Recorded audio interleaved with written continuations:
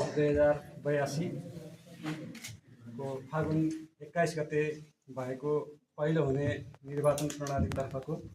भक्तपुर जिल्ला निर्वाचन क्षेत्र नम्बर 1 मा सर्वाधिक मत प्राप्त गरी विजयी हुनुभएका राकेश रञ्जितलाई निर्वाचन आयोगको तर्फबाट यो प्रमाणपत्र प्रदान गर्न लागिरहेको छु।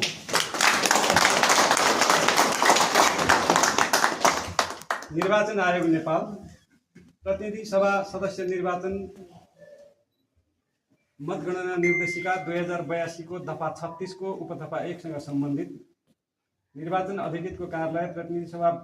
सदस्य निर्वाचन क्षेत्र नम्बर 1 भक्तपुर जिल्ला प्रमाणपत्र। भक्तपुर जिल्ला प्रतिनिधि सभा सदस्य निर्वाचन क्षेत्र नम्बर 1 बाट प्रतिनिधि सभा सदस्य पदको लागि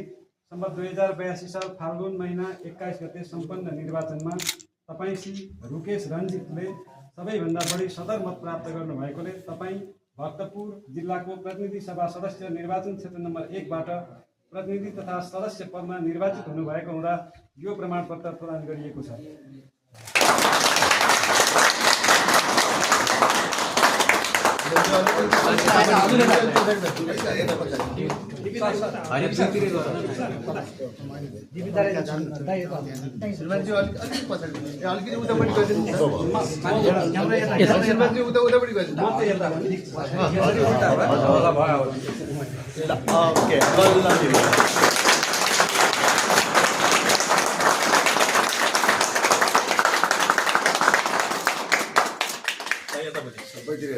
सबै